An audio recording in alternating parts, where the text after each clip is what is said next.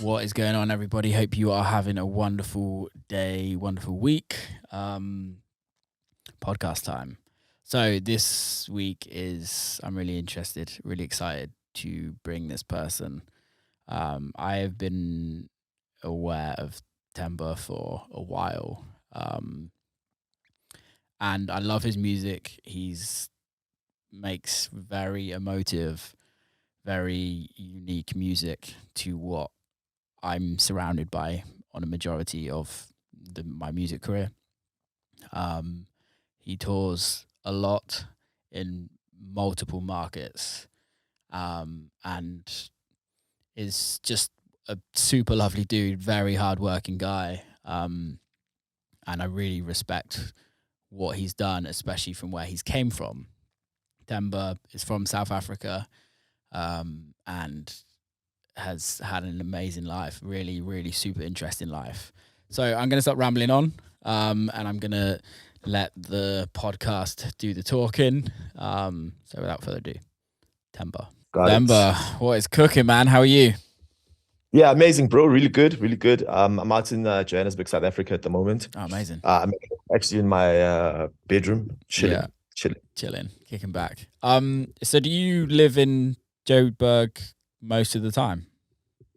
I think as it stands, I probably spend more time outside of Joburg and on the road, but Joburg is home. This is where this is where my stuff stays. So did you grow up in Joburg? No, so I'm originally from a province called Mpumalanga, which is in a direct translation is where the sun comes out. Oh, wow. I was born there. Then I moved to Johannesburg or Gauteng, the province, when I was 7 years old, and I've been here ever since. So what other languages do you speak? Ngikhuluma isiZulu. Yeah. Ngikhuluma Swati. Ek praat 'n bietjie Afrikaans and English. Dude, that's crazy. Well, and did you just learn those growing up, or was it just being around you, or was so it's basically education? Like all the local South African languages that you would hear most of the time on the streets. Yeah. What is the most common? Is Zulu the most common? Zulu's the most common. Yeah. Wow. Well, there's a grouping of Zulu, Swati, Ndebele, and Xhosa. And those are called the Nguni languages. So basically, if you understand one of, you'll understand the others. Okay. That makes sense. Yeah. Damn, dude. It's crazy how many dialects and languages are in Africa as a whole. It's wild. And while we're on this this language issue, like one of the most interesting things for me that I've seen, as you can hear, I speak the most fluent English, right? Yeah. So in South Africa, like learning and being able to speak fluent English is like you're well educated. Yeah. And you basically learn this language. It's not your mother tongue. If I speak broken English in South Africa, I'll get laughed at, like flat out. Really? But when you travel and you start to see the world, you like English is from the UK because it's England. But I speak more fluent English than people in British, right? I speak better English than people in the US.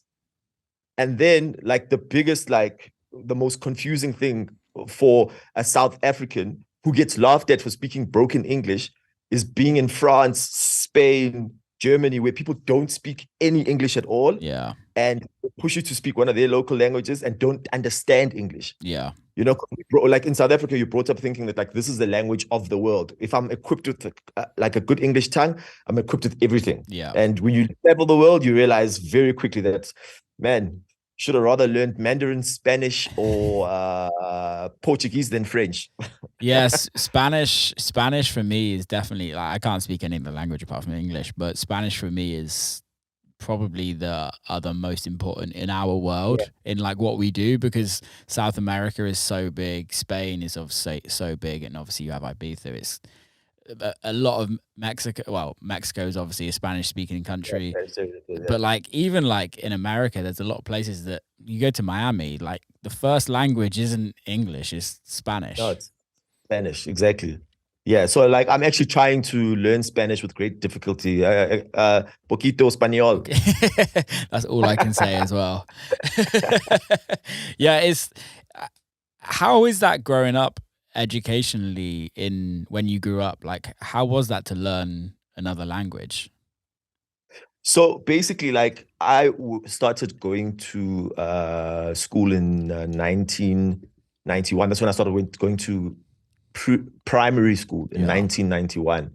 And basically, I was like one of very few black kids in a white school. Okay. So remember, like South Africa in 91 was actually just coming out of apartheid, Apartheid. Yeah.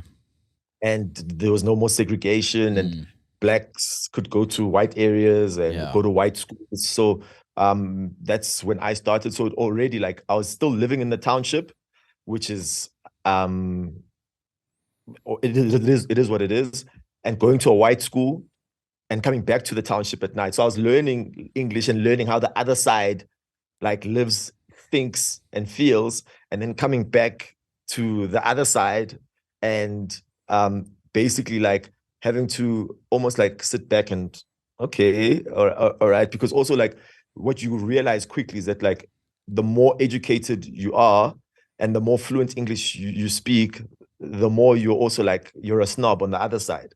Yeah. And when you get to this side, you underprivileged because you don't speak as good English as they do. Yeah.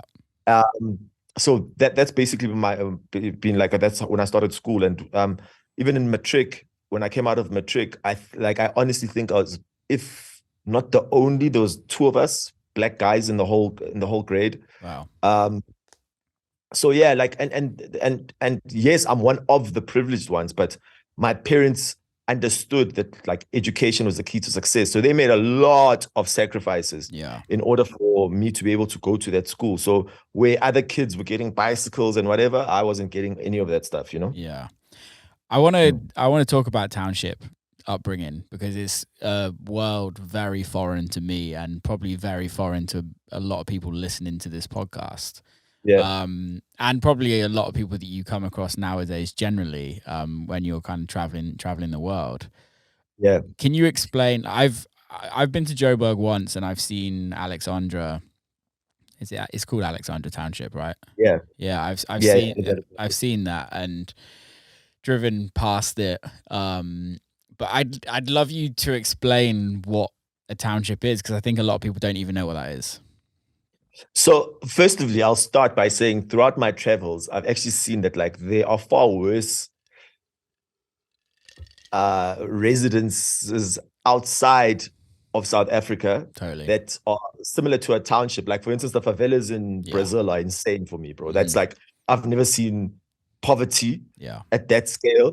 And also some of the living conditions in India are nowhere near. And also like, you know, that scenic view that you see of the houses in the hill in Venezuela? Yeah. Like not as bad as a township. So basically what a township is in South Africa was during apartheid, the government needed places for the black people to live.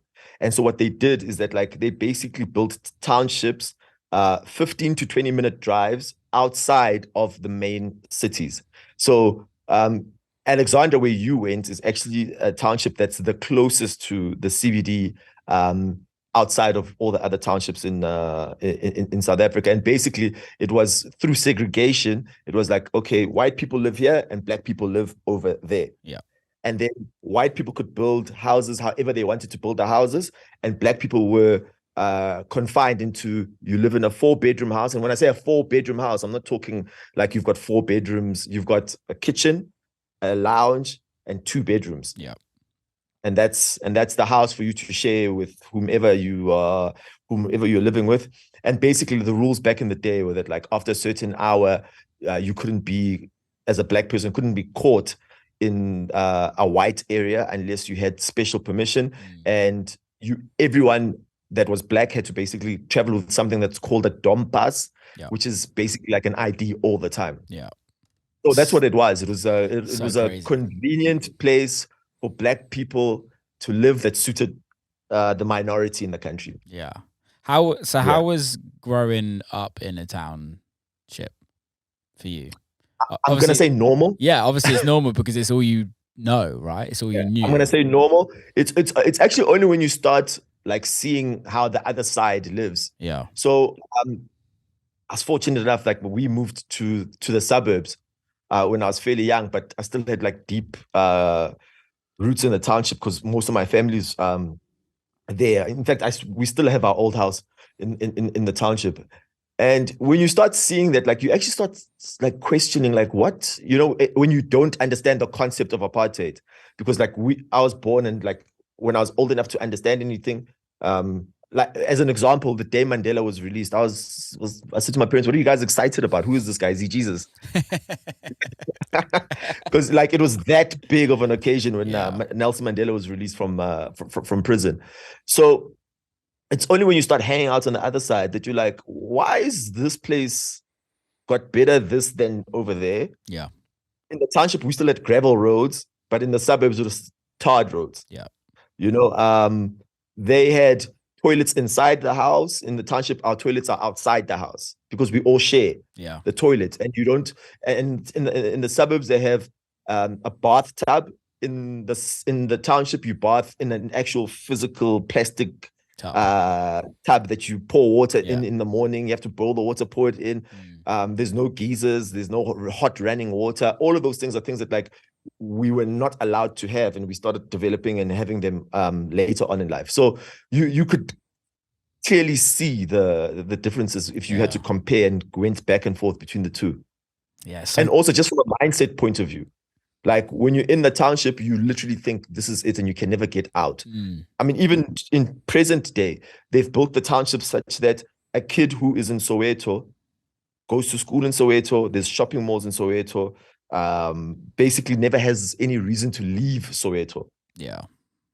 Unless he's ambitious too. So it's proper indoctrination and proper limiting of your mind and how far and how big you can think. And I can tell you now, like I suffer from it till today. Black Coffee suffers from it till today. And it's conversations that we're continuously having because you walk into certain spaces and your first initial thought is, I don't belong here. Yeah.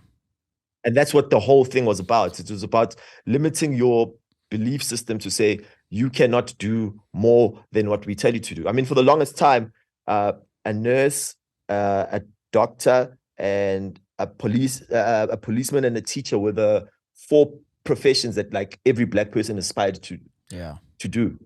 And anything outside of that, it was like, this one's weird. Yeah.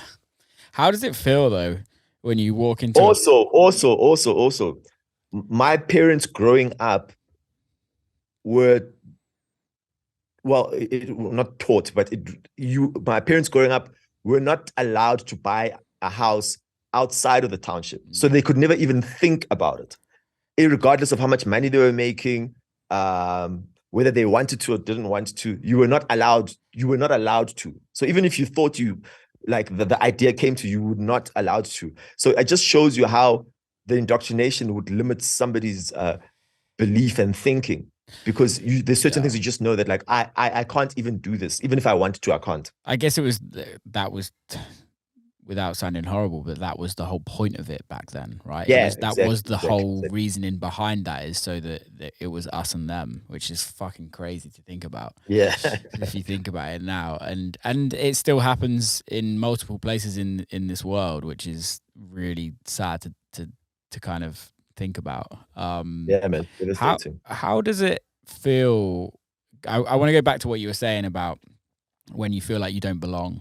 How does that feel?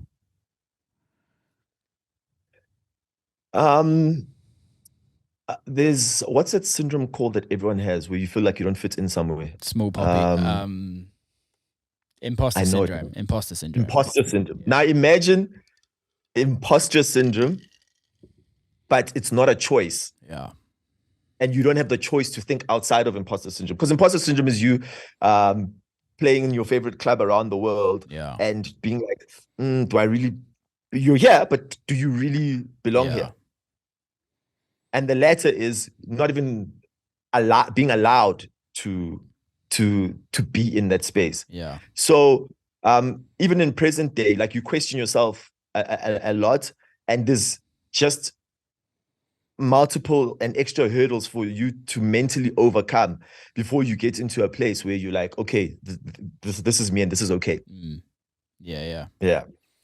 So crazy, man. So crazy. Do you think that will ever change though? Do you think you'll ever work through that? Bro, let me tell you, like, I mean, largely because I still live in South Africa. Yeah. And I can tell you, like, most of my the people that I grew up with, obviously all from South Africa. Like, if you do something that's like the same as what I'm doing, like deciding that, like, okay, I'm going to be a global DJ and I'm going to tour all around the world. It's like, why do you think you can do that? You know, like, what do you think you're doing? And then when you fail, if you fail, you have everyone saying, what did you think you like? This is all of us, you know? So everyone has like pull me down syndrome. And it's not because they're jealous. It's just because of how we've all been conditioned. To the extent, like in South Africa, when they congratulate you, they'll say, oh man, did you see Themba's DJing in Spain? It's like, yeah, Themba's gone. And when you think about what the person's actually saying, when you say Will Clarke is gone, it's like he left us. Yeah. He broke outside the mold. Yeah. He decided to be different. He left all of this. And is that looked at as a negative, in a negative way? It's very negative. Yeah. It's very, but it's like, I don't think most people understand how negative it is. It's only when, like, I won't say I've broken out the mold, but I'm in a better position than most, that when you think about it and you're like, when we're like, oh man, that guy, because they say uhambile, which means he's gone. Yeah. You know? And when somebody magahambile, it means that they've left you behind. Okay. You know? Yeah. And it's like, why do you think you're good enough to, and when you fail, like, they'll be the first people to be like, bro, but like, what do you think was going to happen? We don't belong in those spaces. It's so fucked. It's really, it's, if you actually think, I know we can laugh about it, right, to a certain extent, but it's not funny because. No, it's not funny at all, bro. It's a proper indoctrination, like, because your mind doesn't know the difference. Yeah. And for you to break out of that, you really like cross-question yourself so much. It's ridiculous. Yeah. Yeah, man. It's something that, like, there's a saying called, I don't know if you've heard of it, but it's called a saying called tall poppy syndrome, which when you're like the tallest poppy in a poppy field, but no one else wants you to be. And exactly. And there is that in, like, so like I've got friends that are in Australia that tour, and obviously you've toured in Australia, but there's a huge amount of tall poppy syndrome from Australia, and also to a level in the UK where it's like you can, it is almost like that, but not, it's not indoctrinated into our society where you're like told that you can't be successful, you can't be this and this. Like, it's just more so people don't necessarily like to see people be successful. Which is a different thing. But yeah, man, I couldn't imagine even trying to be in this industry and have that mindset and still work through it. Yeah, it's a tough one, and that's why, like, when we speak about it as South Africans, it's like, man, like, you know, we really need to have these conversations ongoing to break out of it, because, like, it's very easy to drag yourself back, and especially like if you have like a major lose, then you're like, man, do I really belong here? You know, because also if you look at where South Africa is geographically located, we're the furthest from any country. You know, like, to get to America is a mission, to get to Australia is a mission, to get to Europe is a mission, you know? Well, and also the South African passport is not it's a hard passport, man. It's a hard passport to have. It's a joke, bro. Let me tell you. Because I'm pretty good friends with Kyle Watson, who's from South Africa. And he's only just, like, recently been able to move to England, and his wife's English. And it's just like, it's wild, bro. It's just not a good passport to have, which can make touring a lot harder as well. Yeah. I obviously have, like, briefly spoke to you on social media over the years, but I'm really interested in how you got to where you got to, and how the whole music thing started, from growing up in the township to having good education, but then converting that into music. And where you're at today. So basically in South Africa, because of our history, what the youth of South Africa does is we sing and we dance. Yeah. you know? And now there's a third layer on top of that. We sing, we dance, we DJ. And now we produce as well. So we sing, we dance, we make music, and we DJ. So because of the dynamic of me going to a white school, I was listening to techno, acid, and whatever the kids at school were listening to. Yeah. Coming back to the township and listening to whatever the kids in the township were listening to. Going home and listening to whatever my parents were listening to. So I grew up with a very eclectic mix of music and loved all those genres. Yeah. So I started collecting a lot of music when I was 11. And also, like, I was like, you know, I wasn't academic, I wasn't sporty. Like, I was borderline, like, one of the losers at school. And I collected music, and that was me. Like, everyone knew that, like, if you're looking for a new song, ask Themba. So I was basically like Shazam back in the day. Like, I would know everything, you know? Like, I'd buy CDs, I'd buy cassettes, I'd buy vinyl, read the covers, read everything, know who the producers are, who the vocalists are, try find the vocalists and see like what other songs they've done, etc., etc. So I was like the music nerd. When I was 14, one of my friends was having a birthday party for his sister, and he said, "Themba, you must come DJ at my sister's birthday party." One of my white friends. I didn't know what DJing was. Yeah. So he was like, "You've got all this music, like, what do you do with it?" I'm like, "Listen to it." And he's like, "No, come." So I took my CD player, my cassette deck, and my record player, and I was there just playing this one song, pressing stop, playing the next song. And while I was doing this, I'd noticed that, like, hey, if I play this, people come in and they dance, and if I stop and I play something else, they go away and they chill. And if I play something else, they come in, they're like, "Hey man, can you change the music and play something else?" So that's when I started falling in love with the art of DJing, not from a mixing point of view, but just from a, like, being able to curate music in a way that, like, would jerk certain emotions and, like, keep people on the dance floor for as long as they possibly could. Another dynamic that we had in South Africa was that, like, records weren't coming in as often and as much as we would have liked them to. Yeah. So literally, like, if you wanted a record, you were either getting all the stuff that the big DJs didn't want, or you were lucky enough that one of the DJs didn't want the record at the time and only realized later on that, like, hey, this is actually a big record. So getting music was the most difficult thing. And I'm talking like you're a, 14, 15, 16-year-old kid, you're still in high school. The thought of even getting on a plane is not, like, mission impossible. You don't even think about that. So everyone who is getting the music is, like, importing, and it's like the big record shops that are importing.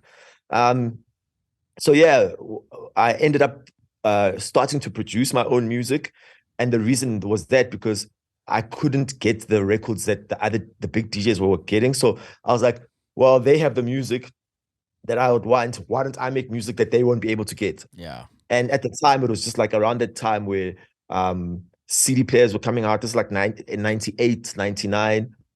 Started like fiddling around with the FL Studio, Cubase 32 back in the day.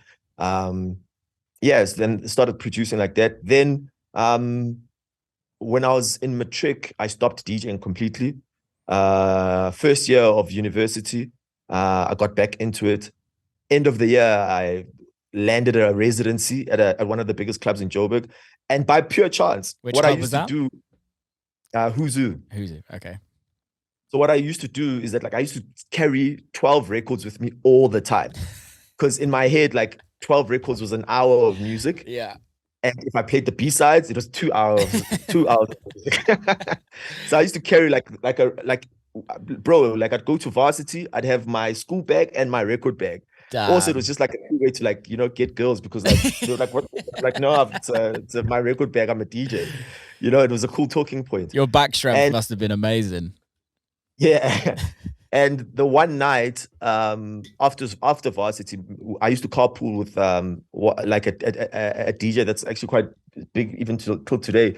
His name is Naked DJ. We used to carpool home together, and he had to go drop off stuff at his brother, who was working as a promoter at this nightclub. So we get to this nightclub, it's like just after 9 o'clock, and the brother's like stressed, man. And he's like, man, the DJ that's supposed to be here is not here. He doesn't know what to do. And I was like, hey, man, I've got my records. I can play. And he was like, what? You? Like, how? What do you know? Then I was like, just trust me, man. Like, I'll hold it down. I went, I played. The owner of the club came out from the office and it was like, walked into the DJ box and was like, who are you? And I told him, hey, man, like, so in South Africa, I used the name Euphonic. Okay. And he was like, oh, okay, listen, from now on, come back every week. Wow.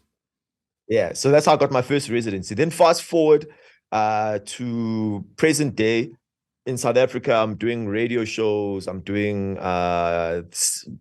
compilation CDs that's like are selling big numbers, playing at every festival, party, nightclub that you can imagine, doing TV shows, etc., etc. And then in 2015, 2016, I started getting bored of like what was happening in South Africa and like where the music scene was going in South Africa, because it's very easy for you to hit rooftop very, very quickly. So I started exploring like the international market. And previously to that, I was already going to Miami Music Week every single year since 2009. Yeah. And I was just like, okay, so the difference between the world, the rest of the world and South Africa is that in South Africa, you can be eclectic and you can play open formats, but the rest of the world wants to know who are you and what do you do? Totally. Right? And in South Africa, most DJs pride themselves by being either the Louis Vega of South Africa, the David Guetta of South Africa, the Calvin Harris of South Africa, or the Solomon of South Africa, because we honestly don't believe we can be as big as that. Yeah. You know, and I've heard that saying. I've heard that saying so many times talking about South Africa as well. It's interesting that you say that. I have heard that. Yeah. And then if you're going to have the conversation with like a Kyle Watson, a Black Coffee, a Themba, whoever else is touring the world, like you hear how difficult it is. Like the passport thing, first of all, like how you navigate around having multiple visas and multiple passports so that you can like eventually make it to these shows. Like it starts being like a mind thing and you're just like, man, just shut this conversation down. It's easy to just tour here.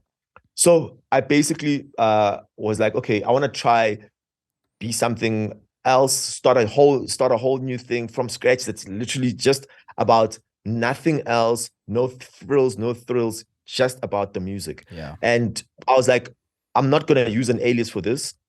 It's going to be me, and I'm going out into the world as me. And that's why I use the name Themba. So Themba's my real name. Themba's the name on my ID and passport. What was the reasoning behind going for your own actual name? Because nowadays it's very easy to not have your actual name as an artist. It's been like that for years, right?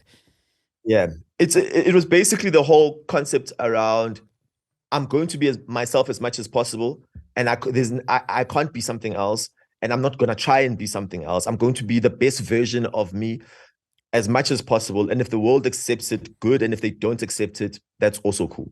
Yeah. There's a level of ownership when it's like that as well. Also, Themba in South Africa, every second guy's name is Themba. Oh, really? It's one of the popular names for men in South Africa. I didn't know that. And what I noticed is that like when I was thinking about a name, I was like, hang on, if I just fly out of South Africa, Themba is very exotic. So anywhere else you are in the world, if you say Themba, they're like, "Oh, that's so dope. Is it an African drum or what is it?" You're like, "Nah, it's just another name. It's like Paul, John, or Michael, you know." And what Themba actually stands for is you can use it in multiple ways, but it's faith, trust, and hope. Okay, which is also like one of my mantras. Like I have the biggest faith in myself. I trust in the power of the universe, and I hope I get my way. Amazing. So you go, so you decide to become Themba, or start a whole new alias, and then what's the next steps to get to where you're at now? So first of all, the steps are music. You make music because music is the beginning and the end. It's the alpha and the omega. Yeah. It's the reason why people are going to take interest in you. It's the reason why people are going to listen to you, and it's why people are going to grow with you. So I just started making as much music as I possibly can. And I didn't, try and orchestrate a sound per se. I was like, what do I like? And I was like, okay, cool. and I created basically a palette of the sounds that I was liking, and I went into the studio and I made music based on that. And that's what that was my primary focus. And even when I was, putting the music out, like I'd give it to like my friends and be like, what do you think about this? And I'd listen to the feedback and I'd come back to the to that. But so around 2016, when I made that decision to try and do this thing, I literally used to go to Ibiza every year and sit in the corner. I'd pay to get onto all the clubs. I'd sit in the corner and just be like, I'm a punter. I'm here to listen. And I'd sit in the corner and listen. So I threw away the fact that, like, I was like top 5 DJ in South Africa. I was like, I want to go ground up and build this thing again from start to finish. And in order for you to do that, it's very important for you to keep quiet and listen. Yeah. And when you listen with no misconceptions and without expecting anything, a lot of things come to you. So what I was doing is I'd go to all the big clubs and, even the small clubs, even the bars, and I'd sit and just watch, how are people consuming music? How is the DJ playing? How is he walking into the DJ box? How long is he playing? What story is he trying to tell? When he gets off the decks and the next DJ comes on, like what does that handover look like? What's the next DJ playing? And that was it for me. It was just, I was just doing deep diving into the research, deep diving into the music, deep diving into the culture, and trying to understand for myself, okay, fine, I see what's going on. But if I was to fit in, how would I fit in? Yeah. Where would Themba's place be if this was open to me? Do you think it's about? Sorry to butt in, but do you think it's about fitting in? What I think is that it's definitely about fitting in, because otherwise you are made the black sheep of the family. Yeah. And if you think about anyone's career and if most people have started, they started by fitting in, and then when they were in, changed things from the inside. Yeah. And grew from the inside. Yeah. I don't conform to fitting in, but I do believe that, like, to a certain extent, you have to be palatable to people. Then when they have your taste on their taste buds, then you can grow out of that, because like now they have your ear. Yeah. I think I think it's about how do you fit in with a sound, but also still have your own identity. Yes, of course. There's a way in, and then when you're in, there's a way to grow. So for me, again, it wasn't about who's the biggest DJ on the island, and that's what I want to go for, because I would have been at all the EDM parties. Instead, I was like, what resonates with me? Yeah. And I was sitting in those corners listening and be like, I like this. Yeah. And coincidentally, one of my favorite parties was either the Cocoon parties, listening to Sven Väth, or listening to Luciano. Yeah. So those were my muses. Those are the guys that I was like, okay, this is the kind of music that I like. And back then, those guys were still the biggest guys on the island as well, in the grand scheme of things, with what they, but you see, from a South African point of view, I didn't know them at all. Oh, really? Because wow. Underground in South Africa, underground in the rest of the world is literally like, like you know who they are. Wow. Whereas like in South Africa, we grew up knowing like the likes of Louis Vega and types. Yeah. That makes sense. Yeah, I guess does the scene in South Africa, how is the scene in South Africa generally, growing up and going to parties and things like that? Is there like an underground techno scene, underground house scene? There is, but they're very niche. Yeah. And the underground stuff, like the really underground stuff, it exists, but it's very niche. What a lot of people don't know about South Africa is that, like, a dance music record or a house music record on the radio can literally play before Beyonce and after Drake. Okay. And 4-year-olds in South Africa sing along to house music. Love that. The music is on the TV, it's on the radio, it's basically a part of our lives. Yeah. And it's because UK, US, and all that music outside of South Africa was considered international music. Yeah. So we didn't draw the line between Beyonce and Louis Vega. For us, it was one and the same. Okay. Whereas if you're in the UK, like there's a clear distinction between Jamie Jones and Adele. Yeah. Those two things don't mix. Whereas in South Africa, they did. Yeah. I guess the interesting thing though in the UK is that majority of the top 40 is dance music. Yeah. There's like a culture in the UK that allows dance music to be very successful on a commercial level. Yes. However, but there's like commercial dance music and then there's underground dance music, which are two completely different things. Yeah. So in South Africa, the commercial stuff and the underground stuff that broke it out of the commercial stuff. And we didn't know the difference because you must remember when you're South African and you're so far away, you don't know if Louis Vega is bigger than like the next artist. Yeah. It's all the same to you. That's wild. It's weird to think because like growing up for me, it was like dance music was part of the culture of growing up. Like electronic music was what we did as kids, is what Britain did was go out raving. That was like the one thing that kind of brought everyone together. And to kind of think that you didn't really have that at all. It was completely different culture where you're not having nightclubs and it's not about the rave or the free parties or anything like that. It's kind of crazy to think how you then evolve into a career in dance music. Yeah. I mean, like in South Africa, also, like one of the most interesting things, like especially in the townships, like the guy who curates the playlists and the soundtrack of your street is basically like that cool uncle who on a Saturday or Sunday, like will play records from his house and take the speaker and put it outside for the entire streets to hear. Amazing. So if he was the guy that like, you know, on different streets, it would be the guy, he'd either be a jazz guy or dance music was called international, or he'd be a Motown guy. Yeah. You know what I mean? So like how we consumed music also was very, very differently because it was like, you've got the record, where did you get this record from? Yeah. And if you had the record, you are one of few people that had the record. And if people wanted to hear that song, they had literally had to come to your house to listen to it. Yeah. Wow. It's crazy. How do they consume music now in the townships? Largely the same way the rest of the world consumes music.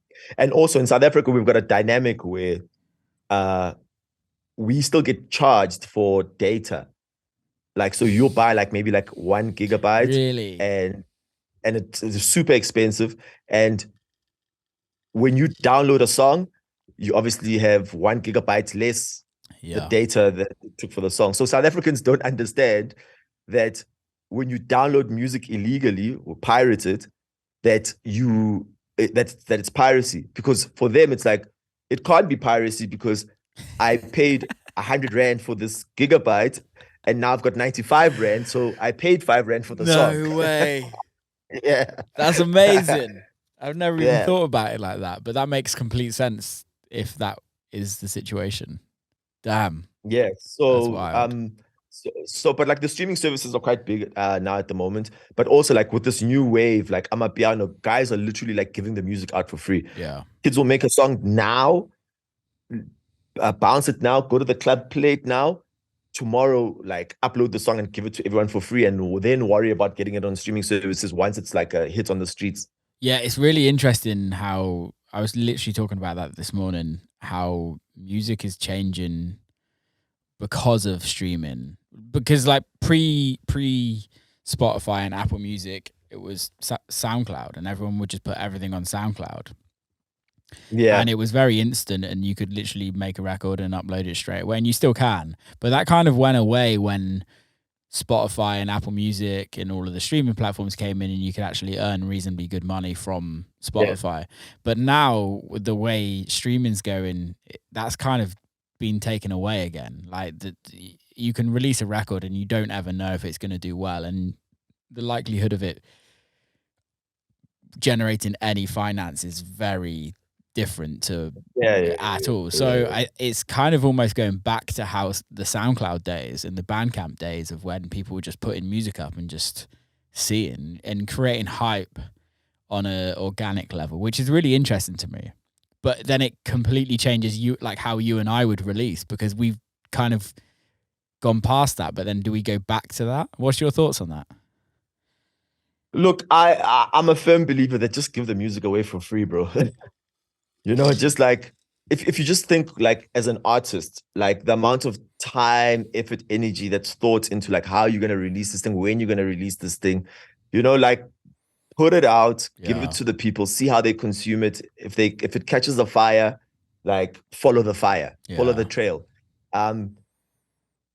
Also just the amount of time that it takes away from the actual creativity of the music. Yeah. Because now you're worried about other things. Like you're worried about like, are my Spotify listeners high enough every single month?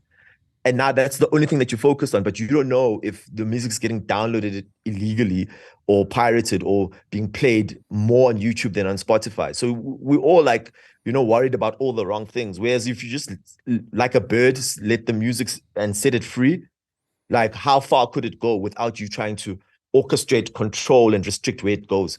And also, I guess to talk about like Spotify monthly listeners and everything like that, doesn't necessarily mean you're successful as a touring artist. No, it doesn't. It doesn't. I mean, like I was having this conversation the other day that like there's artists who are signed to major labels with really good deals, but don't have 10% of the touring schedule that I have. So it's like, what do you want? Yeah. And I think once you know exactly what you want, like it's easier to chase that. But the whole world is saying to you like, oh, what about your Spotify numbers? What about your Instagram followers? And it's like, like you look at Marco Corolla and Solomon and how often they post or curate their Facebook, Instagram pages. They hardly do, but look at them. And also how often are they even releasing music nowadays? It's just and look at them. Yeah. But I guess in argument to that, right? Like they came from a different era that was purely based on very, very fucking good music. And they created a community, which is still very important nowadays. Community is key for me, from what I gather. But it's also like, how do you create that community in a world where there's so much to consume? Back then, when those kind of guys were releasing, there wasn't that much to consume. Yeah. Which is definitely different now. Super different. I think if you are a sophisticated music lover and listener, it's the same. There's not a lot to consume when you're sophisticated at it as the consumer now. It's still the same, because like a sophisticated consumer knows exactly what they're looking for and knows exactly where to find it. And they'll like, and you see these people, it'll be someone that like, oh, I was at your show in New York, now they're in Morocco, and then they're in Paris, and then you see the same person in Dubai. That's a sophisticated person. And totally. I know I'm saying this person is across multiple territories, which means it's someone that has enough money to be able to travel. But you see it on the socials as well. Like this person will be like, hey, I listened to this, and there's this song that you played. I'm looking for this song. Yeah. Or like that type of a thing. I totally agree. I totally agree. But do you think do you think the way streaming do you think that's actually taken away a lot of the sophisticated listeners? Because it's more so like you get fed what you're told that you should like on these playlists and everything like that. You get fed a playlist of music that necessarily doesn't. You're just told this. Listen to this. You're not actually going out and searching for it. Yeah. Look, I think a lot of the sophisticated listeners are still crate digging largely. Yeah. Like they're going onto YouTube. If you drop a mix, they'll go and listen to it. Yeah. And they'll be like, "Oh, this is cool. When does this come out?" Yeah. Versus the stuff that's already out. And I think it's similar to when we're playing in the clubs. If somebody can Shazam a song, it's like, come on, play stuff we can't Shazam. Yeah.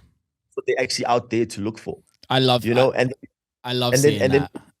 And then you'll play a song, they'll Shazam it, can't find it, and I promise you, bro, like they'll record a video of you playing the song and they'll hunt you down for years. Yeah. Saying, when is this coming out? Yeah.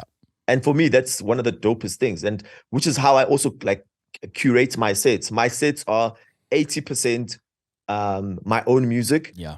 Out of the 80%, half of it you can't find. Yeah. The only other time you're going to be able to listen to that song is if I've posted a video on YouTube or you come to the show to listen to it. No, I'm exactly the same.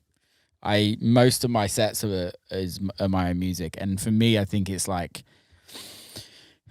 I was talking to my manager about this the other day, and I'm actually still like having this battle in my head where I'm questioning who I am as an artist, and that's purely is I've always called myself as a DJ. But I'll be totally honest with you, like in my mind, what a DJ is a DJ is somebody that crate digs and finds interesting music that people don't know or people do know and can control the dance floor. Yeah. And get kind of entertain. We're entertainers. Whereas I'd like your take on it, because now and for a long time, most of my sets have been all my own music, which means that a lot of my sets, they're not the same, but they're using a lot of the same music. Yeah. And does that make me really a DJ? Because it's not. But it's right. It makes you an artist. Yeah. You know, like I went to watch David Guetta at Ushuaia. I think it was 2018 or 2019. And I was like, why is it that you can't pull the music out, put your own music in, whatever it is, underground, whatever, and just do it as big as he's doing it? Yeah. Because if you go to a Guetta show, that's what it is. Like, you love him or hate him, he's playing his own music. So you're actually at a concert. Yeah. Just doesn't sing. He's just playing his own records. I've had the same question for myself, because like I'm of the view that if I'm playing in different territories all the time, my sets are unique because I'm playing music that you can't get a hold of. Yeah. Either way, the only time you can listen to those songs is if I'm playing it. Yeah. Any other time, you can't. So does that make it wrong or does it make it right? Because I'm playing, in essence, the same music over and over and over again at the shows. But in my head, like, you can't find this music anyway. Yeah. So whether I play it over and over again, it makes no difference. Yeah. No, I totally agree with you. Yeah. But what I do think, and where I think this whole thing is going, and it is going to get to at some point, is that if you look at like the Tale of Us shows at the moment, like, that's an underground act doing stadium festival size production at all their shows. Now, could an act replace the music with their own music from start to finish, and that's the show? And I think the answer to that is that, like, it depends on how big you're doing the shows. Yeah, so if you're be a club DJ and you're playing multiple clubs around the world and this is the music, you're wrong. Like, you still need to be a DJ and curate music, because you don't know that, like, the guy that was in Moscow is now in Morocco and is coming to Paris and is coming to London, because for that guy it's going to be like, this is the same. Yeah. But the perception is that, like, if you go to a Drake concert on different territories, that, like, he's going to perform these songs and I'm here for these songs. And you have to hear those. And if you don't hear those, you're not. I used to tour a lot with MK, and that was the one thing that I learned from. I used to be managed by the same managers as him, or when his old managers. And that's the one thing I learned from them, actually. And it was that mentality of play your own music, because they're coming to see you. They're not coming to see anybody else, especially how DJ shows are now. They're not, unless you're playing a little basement in an underground club somewhere. Like, people coming to hear your biggest records. And they want to hear your biggest records. It's like the DJ's kind of taking over the rock band vibes. And you are that. In answer to the question about the Tale of Us, I was talking about this the other day as well. And it's amazing what they've done. I really respect what they've done. But again, it goes back. I don't think and this isn't in a disrespectful way at all to the music, because the music creates a huge amount of emotion and is very emotive, but I don't think the people necessarily go to listen to the music now. And I think you see that by the amount of phones that are out taking videos. It's But also, bro, if you just think about it, a lot of people don't say, I'm going to listen tonight. And I've seen that with my friend, you know, with Nati. Yeah. People say, we're going to see Black Coffee tonight. Yeah, 100%. We're going to see David Guetta tonight. Yeah. We're going to see Themba tonight. So people are going there to see you. And I think just the music and whatever else you become with is an added layer. Yeah. And I think just by listening to like the people that are coming to consume your shows, like, what are they saying?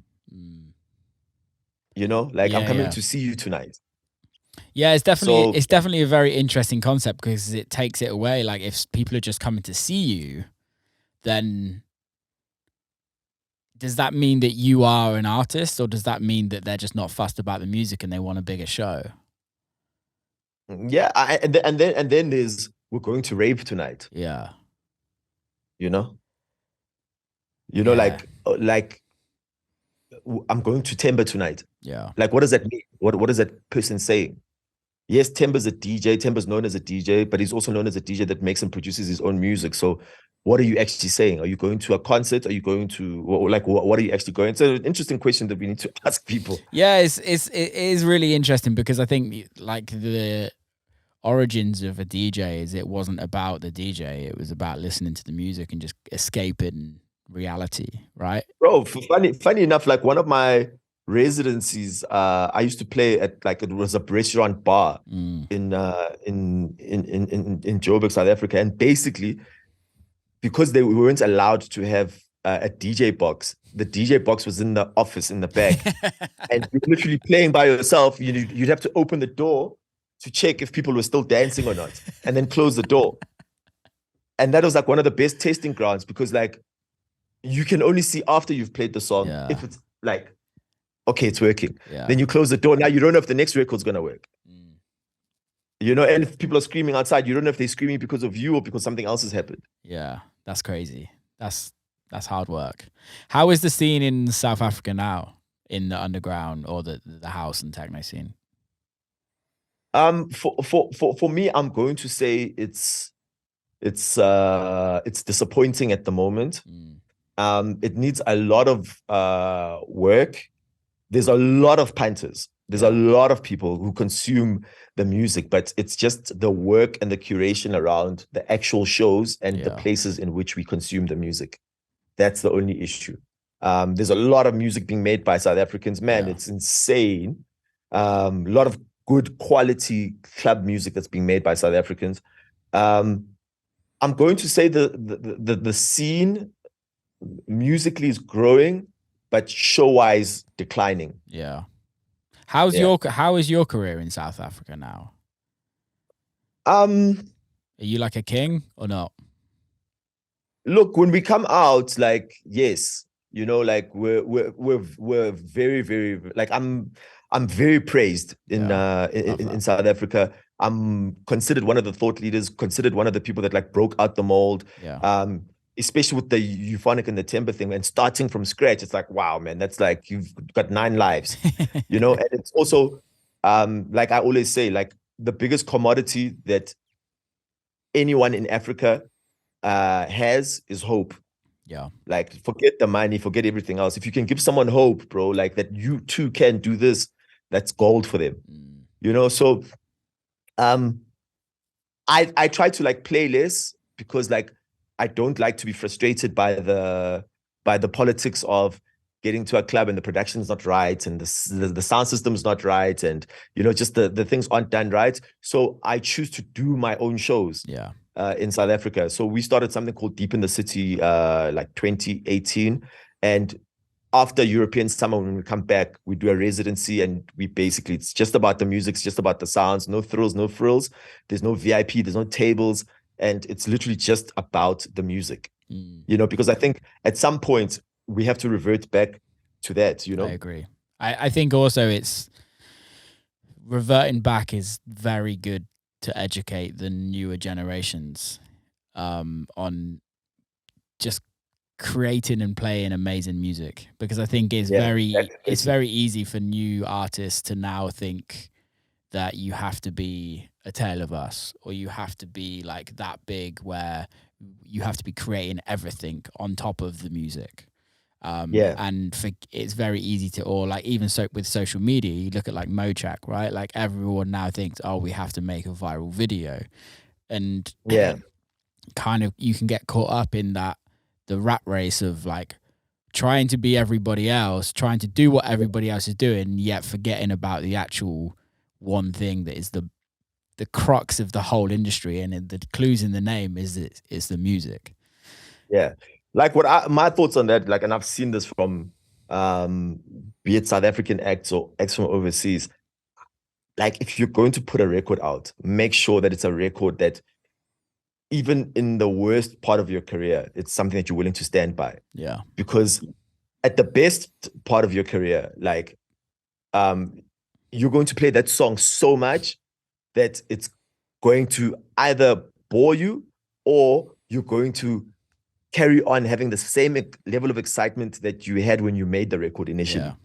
And we both know how that goes, man. Like, 100%. you know, like I've made so much music. I've got a lot of songs that are like are big records. And every single time I play them, I actually don't get bored of playing them, because like I'm very intentional about the music that I put out. You know, like somebody said to me, like one of the advices that I got when I was starting with Themba is that the music that you put out is as important as the music you don't put out. Yeah.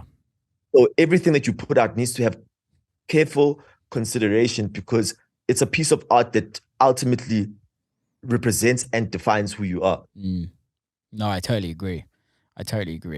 And it's also which is really hard to do. Like, for instance, for my career, like I've had a long time as Will Clarke. Like I've never had another name. I've never and during my career as Will Clarke, I've gone from, I guess my first big break in the music industry was with Dirty Bird, which is a record label that makes very different records to what I make now, or they release a lot of different records. So it's like also being able to tell the story as an artist on, okay, well, this was my era then, and I respect that era for what it is, but this is where I'm at now. And how do you tell that story to go from here to here so it all makes sense? And I think that's also the interesting thing, is like I put some terrible music out from over the years from the start of my career. But that was purely naivety of thinking I have to put music out and not question. I know, bro. I know exactly what you mean, because also like in South Africa, with us being allowed to be as eclectic as you possibly want, I've got some euphonic records that I'm like, man, what was that? Why would I put that out? You know, but like I look at like my Themba catalog with such pride, bro. Even the music that's about to come out, I'm so proud. It's amazing, man. That it's like, it's really this good. is what I want to do. Yeah, this is what I want to do. And also, I'm not in a rush. Like, I'm not in a rush. I'm not under any pressure. So if I'm making music, like, it's ready when it's ready. Yeah. I sometimes have like, you know, I'm working on version 8 of a song. Yeah. You know, and when I do put it out, like, I'm so at peace with where this record is, like when it breaks, like the little detail in the song. Yeah. You know? Like, and I think that for me is like one of the most important things, because over time, that's the one thing that you're going to leave behind, that everyone's going to go back and listen to you and listen to. Yeah. And if you just fast forward to your obituary, the day you die, and you're being buried and they're reading out things about you, and somebody's like, man, Themba died, let me listen to his catalog, like, bliss. Yeah. That's the amazing thing about how we consume music now as well, is that you can just go and listen to anybody's music with like a click of a button, which is a beautiful concept. I want to talk about how your touring career kind of, because you tour a lot and you have you play some big shows and you play worldwide. How did your touring career? Because we spoke about music and releasing music, but I think I think they go hand in hand. But looking from an outsider point of view, is like they're kind of also separate of like how you release music and how you tour. And your touring is huge as well. So how did that kind of start? You call it touring, I call it planting seeds. Yeah. I call it planting seeds. I call it opening as many territories as I possibly can. I call it experimenting with the world to see that when I am at the level where I want to be, which places do I want to go back to? Yeah. So that's how I look at it for me. And I think if you're in the process of planting seeds, you want to go to as many locations as you possibly can. Like and not make it about the money. Of course. Because a lot of us say that like you want a massive touring schedule, but like for me, it's like at the moment, and if you'll notice now, like moving forward over the next 2 or 3 years, that like I'll play less in certain places and play less in a month, because like now I'm able to pinpoint I want to go here, and when I'm here, this is where else I want to go. Yeah. Whereas I think a lot of DJs like restrict and limit themselves to the places where they want to go. Yeah. You know, there's stuff that happens to you and there's stuff that you make happen. Totally. So I'm saying that like make a conscious effort about going to as many different out of your own comfort zone places, so that like you know the better for yourself, that like I've been to this place, I don't want to go there, and this is the reason why. Or I've been to this place, and if I am to grow in this place, this is how I can do it. You know, so it's like deep diving and understanding that like if your music is traveling fast, you need to try and travel as fast as your music. Yeah, I agree with that.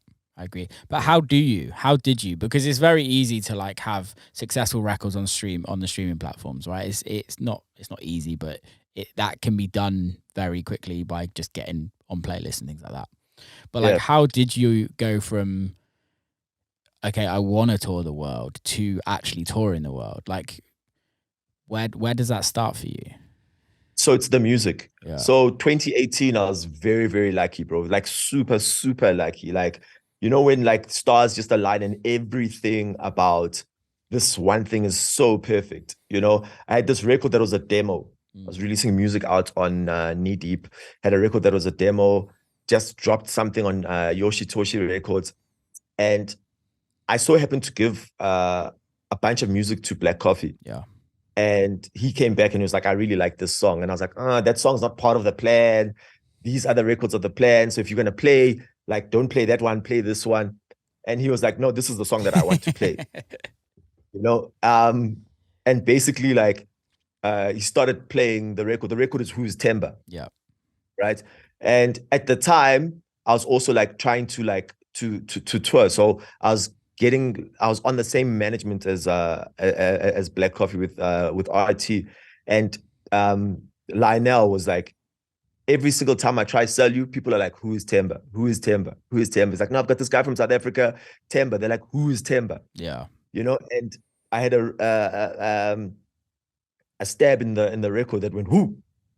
So Lionel was like, man, you should call this song Who Is Themba, because that's the one question that I get asked so much. So that's what I call the record. I call the record Who Is Themba. Yeah. And what happened is we sent the record out to, and now listen to me, every record label that you can think of. And all of them declined. And with my experience from South Africa, I was like, in South Africa, we don't sign to labels. You know, like most acts release stuff themselves if they're not signed to a major. So there's no like these smaller labels. So I was I'm just going to create my own label. I'm going to put this record out myself. And that's till date is one of my biggest records. Really? So that for me, I think is like having the courage to say, man, I can identify that there's something big happening here. Everyone that I would want to get their support on this is not supporting me. So I need to be able to put this thing out by myself. Yeah. And man, by the end of that summer, bro, like Tale of Us, Solomon, Luciano, obviously Black Coffee, all of them were playing the record. And I'd never given it to I mean, like personally, I'd never given it to them. So I think all of them figured out after the fact, like, wow, this record is dope. Even David Guetta was asking about it. Really? Wow. Yeah. Yeah. And I think it's one of the most, and I stand to be corrected, but I think it's one of the most defining Afro melodic house tracks that's out there. In what sense?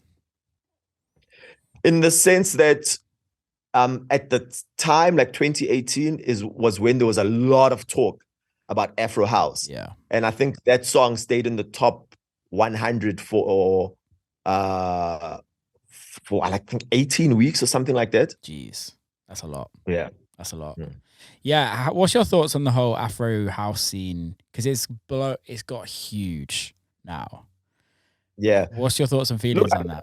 I understand why people like it, because it's like that booty shaking music that's got soul. Yeah. And South African producers, unlike, and I'm not trying to offend anyone in this, unlike the big techno or the techno producers, make very emotive music. Yeah. That is not functional. Yeah. So tech house largely is like it's functional. It's very, like, there's no emotion to it. Whereas when you listen to an Afro house record, like it's going to jerk at your emotions in one way or another, whether it's the strings, whether it's how the bass line is done, whether it's the top line, it's at one way or another, whether it's the drums. And all you need to do is look at how girls dance to it differently to tech house to see that, like, okay, it's a different thing. Yeah, it's interesting that you say the whole girls thing, because it's the power of having females like your music is so powerful. Yeah. Especially now, bro, because I think also like the world just came out of a very, very dark place. Yeah. And everyone wants to be happy, and it's, if you're going out to party, what do you want? Do you want the functional stuff or do you want the emotional stuff? And do you want the stuff that's going to allow you to, like, like it's got like a groove that you can't help but like tap your toes and move your booty a little bit. Yeah, I think it's like it's doing something that's not just for the function. It's not just to be functional. It's not just to make a tech house banger. It's to do something that feels right. And for me, obviously I would say I make tech house, but I wouldn't say I make functional tech house records. I make I make music that's a blend between house and techno. Are they functional records for other DJs to play? Not necessarily. Not all the time. Not at all. Yeah. But they're functional for my sets, which I guess that's also the thing for you, is you're making records that work in your music, in your sets. And if another artist happens to like those and play them, then you're onto an absolute winner. Yeah, it's great. For me, that's my entire approach. Like when I'm making a song, like how do I feel about it? Am I excited? Am I like, man, I can't wait to play it? And then for me, if there's one other human being that enjoys it, like I've already won. Yeah, it's amazing that. Yeah. So amazing. Like no pressure for the music, Yeah, totally. How's your summer looking? Summer's looking very, very good. I'm not doing a residency this year. In Ibiza, that is. Yeah. I'm excited about the shows. I'm again like opening territories where I've never played. And what I like to do is that, like, when everyone's looking right, I want to look left and be like, what's everyone not looking at? Yeah. And that's where I want to go, because then like I'm one doing something that looks unique from everyone else's point of view. But at the same time, like, I don't want to have to even feel the pressure of everyone else or have to succumb to other people's pressures, because that's when you start like tripping and falling over yourself. Yeah, totally agree, man. I totally agree. And I think it's also, if you can be a step ahead, and when that step ahead comes around, you're at the forefront of that step ahead, it's really a powerful position to be in. Yeah, because me, bro, like another thing about me is that like I'm a nerd for this thing. Like I love this thing. I want to have my involvement leave this thing at this place a better space for the next DJ and producer to come in. Totally You know, agree. so even like I'm very conscious about the things that I do as well. Yeah. You know, like if somebody comes and says like, but Themba did this as well, it needs to be like, okay, this was cool because it was also moving the scene Yeah. in its entirety forward. You No, know, and I I think love that. also like if you see like the work that we've done in Ibiza, whether people want to recognize it or not, but Ibiza at the moment is more vocal than ever before. Yeah. It's more soulful than ever before. It's more emotional than ever before. I mean, like Yeah. you go to Circo Loco and hear the music that's being played at Circo Loco now.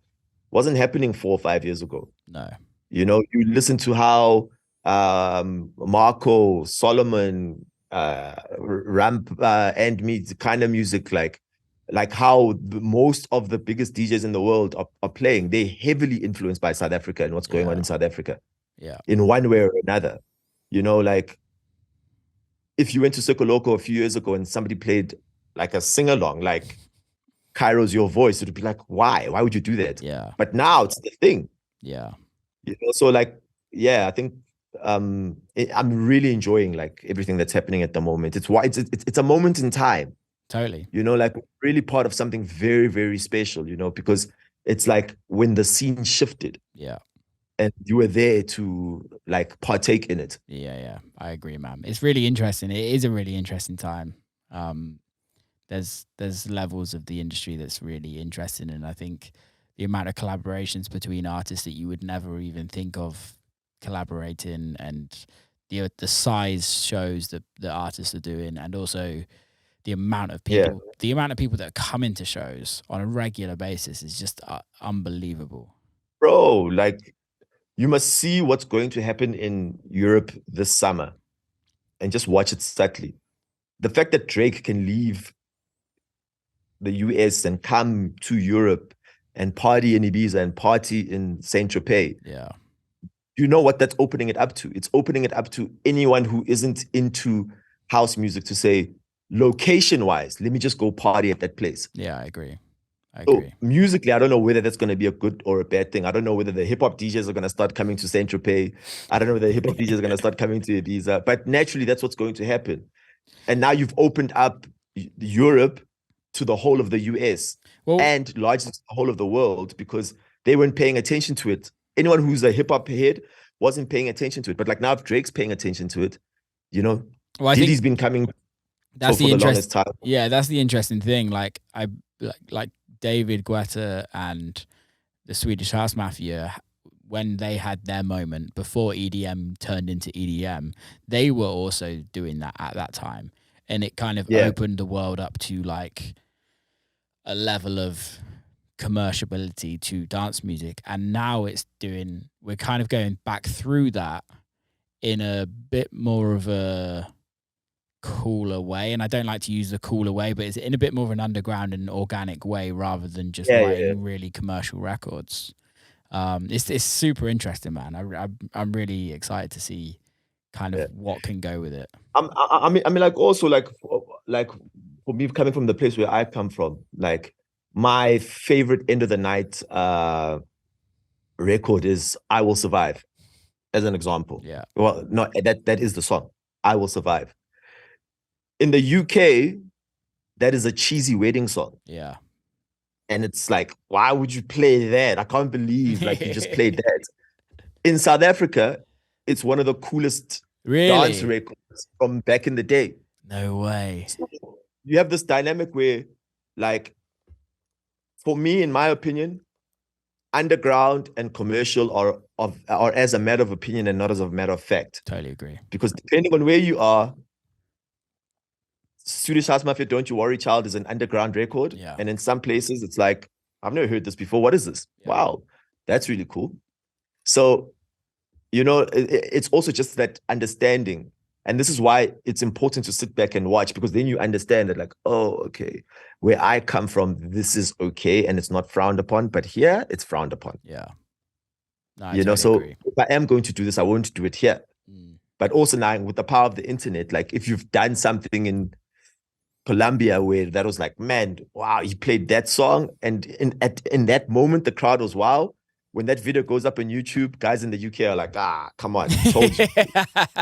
Told Yeah, you you're right. You're 100% right. Dude, let's wrap this up. We've just done an hour and 15 minutes. Thank you so much for coming on.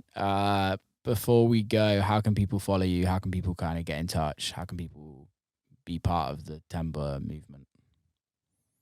I think first of all, thank you so much for having me on the show, bro. Man. I really appreciate it. And like really dope questions. I wasn't expecting those types of questions. It was an awesome conversation and I appreciate it.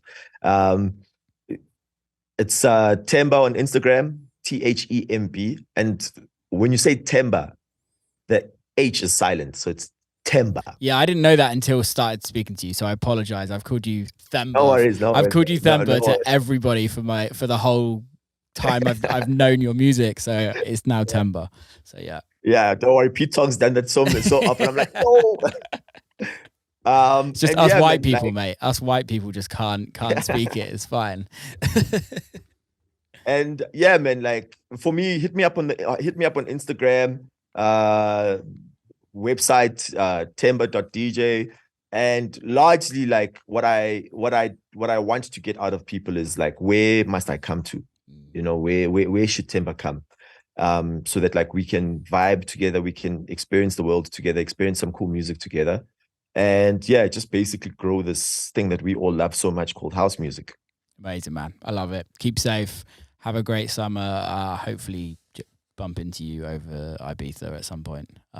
Yeah, that'd be amazing, bro. Yeah, cool. Let me know if you're in town for sure. I will. Peace out, man. Big love. See you soon. Thank you, bro. Bye, man. Bye. And that is a wrap. Big love for Themba for coming on. Really enjoyed that one. Hope you did. If you did enjoy it, please share it. Please send it to your mates. Give us a little review. Keep safe. See you next time.